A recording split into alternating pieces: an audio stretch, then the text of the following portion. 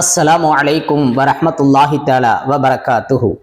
அன்பிற்குரிய சகோதரர்களே, ஒரு நாள் யஹ்யா அலைஹிஸ்ஸலாம் அல்லாஹ்ட்ட கேட்டாங்க, இறைவா, இப்லீஸ அவனுடைய உண்மையான தோற்றத்துல நான் பார்க்கணும்.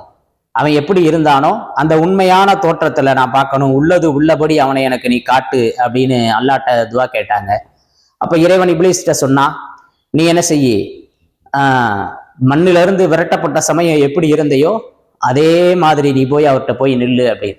இப்ப விண்ணிலிருந்து விரட்டப்பட்ட மாதிரி வந்து சொன்னா, யஹ்யா அலைஹிஸ்ஸலாம் அவர்களே, நான் இந்த ரூபத்துல தான் விண்ணிலிருந்து நான் விரட்டப்பட்டேன் அப்படின்னு சொல்லி வந்து நின்னான்.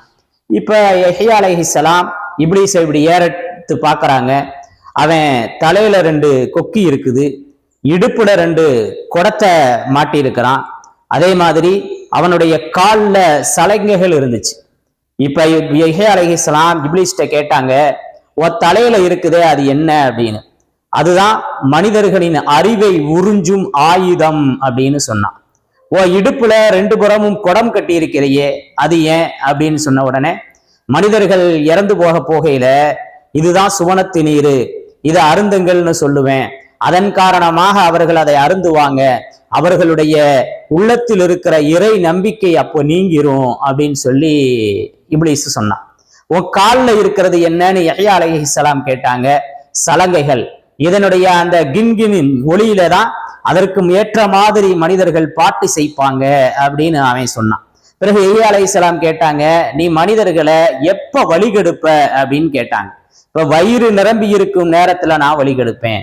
எப்பயாவது என்னைய நீ வழிகெடுத்திருக்கிறையா, அதற்கு முயற்சி செஞ்சிருக்கிறையா அப்படின்னு இப்லீஸ்ட்ட யஹ்யா அலைஹிஸ்ஸலாம் கேட்ட உடனே, ஆம், உங்களை நான் ஒரு நாள் என்ன செஞ்சேன், அதிகமா சாப்பிட்டிருந்தீங்க, எனவே வணக்கத்திலிருந்து உங்களை நான் தடுத்தேன் அப்படின்னு இப்லீஸ் சொன்னான். உடனே என்னையும் நீ வழிகெடுத்தியா, இனிமே நான் அதிகம் சாப்பிட மாட்டேன் அப்படின்னு சொல்லி யஹ்யா அலைஹிஸ்ஸலாம் சொல்ல, இனி நான் யாருக்கும் உபதேசம் பண்ண மாட்டேன்னு சொல்லி இப்லீஸ் சொன்னதாக வரலாற்றை நாம் பார்க்கின்றோம். ஷைத்தான் மனிதனுக்கு அதுவும் முபீன், பகிரங்கமான விரோதியா இருக்கிறான். எப்படியெல்லாம் மனிதனை வழிகெடுக்க வேண்டும் என்று அவன் நரகத்தில் மனிதனை தள்ளுவதற்கான முயற்சிகள் செய்துகிட்டே இருக்கிறான். எனவே நாம் அவன் முயற்சியில சிக்காம நம்மளை பாதுகாத்து கொள்ள வேண்டும்.